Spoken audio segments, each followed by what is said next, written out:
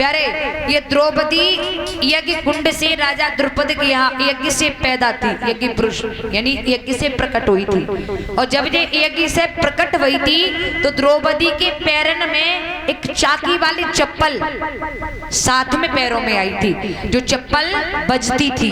आज भी आपने देखा होगा बच्चे पहनते हैं पिपिया वाली चप्पल, बजती है ना। तो ऐसे ही द्रौपदी जब पैदा हुई थी तो जब यज्ञ से पैदा हुई थी, तो जब पैदा हुई थी तो साथ में ही वो चप्पल उसके पैरों में, बजने वाली चक्की वाली चप्पल उसके पैरों में आई थी। द्रौपदी जिंदगी में कबू नंगे पैर ना चली प्यारे, लेकिन आज कन्हैया के साथ जा रही तो चप्पलें आवाज कर रही हैं। तो भगवान ने जवाब दिया, हो रही बहना रुक जा। बोले हाँ, ये चप्पलें तो सब पोल खुलवा देंगी, पितामह जान जाएंगे कि द्रौपदी आएगी। तो द्रौपदी बोली भैया क्या करें फिर। भगवान बोले रुक जा तू। भगवान ने क्या करो, अपने हाथ से द्रौपदी की चप्पलें उतारी और अपने बगल में दबाई ली। बोले बहना अब चल तू। अब द्रौपदी चली, डेरन की ओर आगे बढ़ाओ। डेरन की ओर द्रौपदी चली, पट हटाती हुई आगे को देखती जा रही है, आखिर कौन से डेरन में पितामह है। कैसे चली द्रौपदी,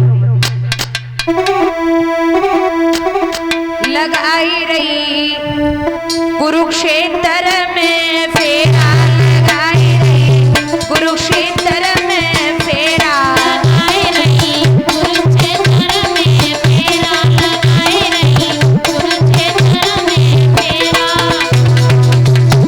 लगाई रही कुरुक्षेत्र में फेरा, लगाई रही कुरुक्षेत्र में फेरा, लगाई रही कुरुक्षेत्र में फेरा, लगाई रही कुरुक्षेत्र में फेरा।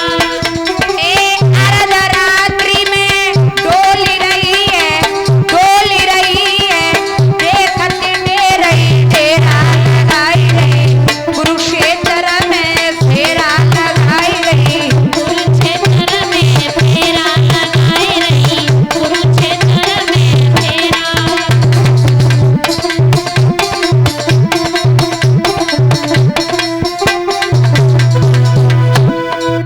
एक डेरन पे पहुंची पट हटाओ, पितामह नहीं है।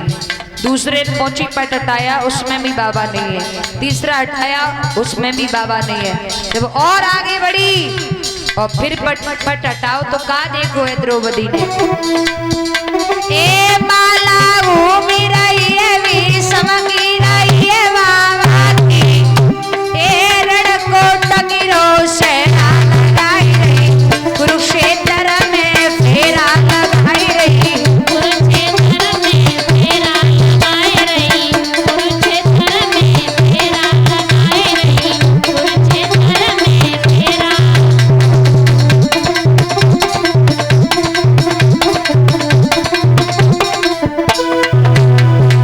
कहा देखो है, जब चौथे पांचवें डेर के पट को हटाओ, यहाँ डेरा पड़े हैं, उस पर्दा को हटाया।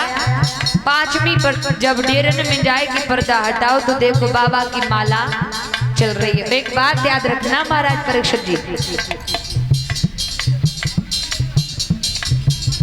महाभारत के युद्ध में 3.5 जीव ऐसे थे जो दिन रात सोते नहीं थे, जिसमें पहले नंबर पे थे पितामह। पहले नंबर पे थे पितामह। पितामह दिन में तो युद्ध करते थे प्यारे, पितामह दिन में तो युद्ध करते थे और रात्रि में माला जपते थे। माला जाप में बताए भगवान से क्या प्रार्थना करते थे, हे परमात्मा, हे ईश्वर, कैसे हूं जो युद्ध रुक जाए, युद्ध होए ना आया। क्यों पता है क्यों? कोई बाबा होए महाराज, कोई बाबा होए और उनके नाती नातिन आपस में लड़ाई होए तो बाबा से पूछी जाए, बाबा तुम क्या चाह रहे कितने के मर जाएं? तो बाबा क्या कहेंगे? बाबा कहेंगे भैया मैं तो जो साथ चाहता है लड़ाई शांत हो जाए, चाहे इतने के मरे चाहे इतने के मरेंगे, मरेंगे अपने, मरेंगे मेरे ही। तो पितामह दिन में तो युद्ध करते थे और रात्रि में भगवान से माला जाप करके ये प्रार्थना करते थे कि प्रभु युद्ध रुक जाए, अगर इधर के मरेंगे तो अपने मरेंगे, ते के मरेंगे तो अपने मरेंगे। तो भैया पितामह माला जप रहे हैं। अरे भैया ए माला घूमी रही है विषम की, ये बाबा की रणकोट गिरो से लगाई रही, कुरुक्षेत्र में फेरा लगाई रही, कुरुक्षेत्र में फेरा लगाई रही, कुरुक्षेत्र में फेरा लगाई रही, कुरुक्षेत्र में फेरा।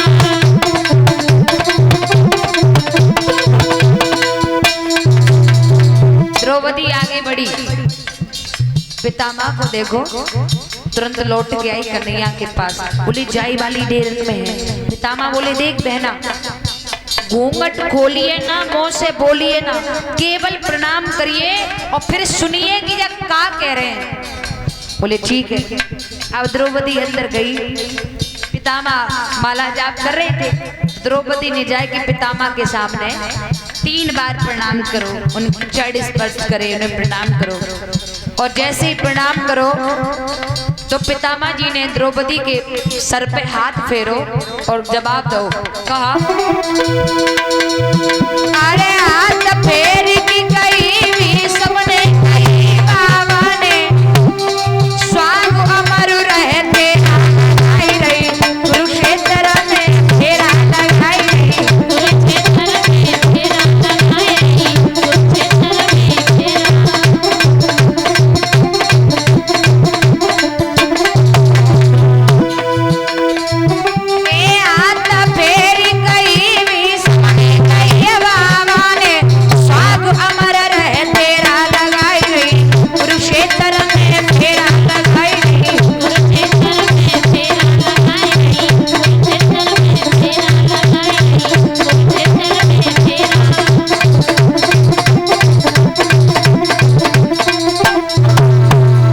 भैया द्रौपदी ने जाए कि प्रणाम करो तो पितामह ने द्रौपदी के ऊपर हाथ फेरो सर पे और बोले सदा सुहागिर रहो। 3 बार कही सदा सुहागिर रहो, सदा सुहागिर रहो, सदा सुहागिर रहो। द्रौपदी चुपचाप अंदर से निकल आई। कन्हैया बोले प्रणाम करे आई? बोले हाँ। का कही? बोले जग कही सदा सुहागिन रहो। कन्हैया कहने लगे अब बहना अब जाए की जगह ये आवाज दे के, पहले तो बोली ना है लेकिन अब जाए की आवाज दे के कहिए बाबा पितामह बात कौन सी रहेगी, जवाली या बवाली? बोले मतलब जो है उनसे जगइयो कि इधर तो आपने ये भी प्रतिज्ञा की है कि कल के युद्ध में 5 पांडवों को मौत के घाट उतार देंगे, और इधर तुम हमसे जाओ कह रहे हो कि सदा सुहागिनवती हैं, सदा सौभाग्यवती भव, सुहागिनवती भव। लेकिन बाबा सुहागिन तो हम तभी बन पाएंगे जब हमारे 5 जिंदा रहेंगे तब। इधर तो तुम 5 को मारने की प्रतिज्ञा कर रहे हो और इधर हमें सुहागिनवती को वरदान दे रहे हो। तो बाबा जब बताओ इन दोनों बातों में से बात सही कौन सी रहेगी? बोले ठीक है। अब कन्हैया के कहने पे द्रौपदी अंदर गई, हाथ जोड़ के फिर प्रणाम करो। बाबा ने फिर कही सदा सुहागिनवती रहो, सदा सुहागिन रहो, सदा सौभाग्यवती भव रहो। अब जैसे जब बात कही तो द्रौपदी हाथ जोड़ के आवाज दे के बोली बाबा अब जो तो बता दो हमें बात कौन सी सही रहेगी, जवाली या बवाली? बोले बोले आपने पहचान नहीं पाया, मैं द्रौपदी बाबा।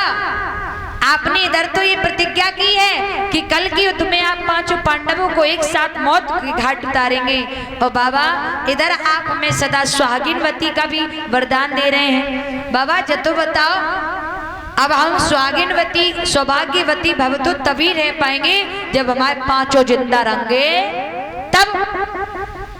पितामह समझ गए झुका है गयो। पितामह ने जवाब दो, ओ द्रौपदी वो सलागिर को बुलाए गिला जो तो यहाँ तक लेके आओ है, जो तो है यहाँ तक लेके आओ, वह सलागिर को लेके आ। अब द्रौपदी चुपचाप गई। कन्हैया बोले का बात बहना कहाँ गई? बोली जा गई गबसलागी कन्हैया को लेके आओ।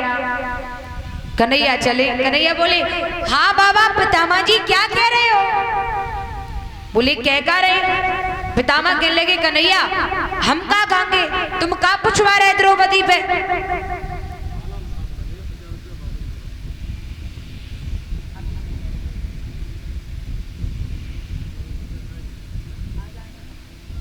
महाराज तो पितामह बोले झूठ मत बोलो।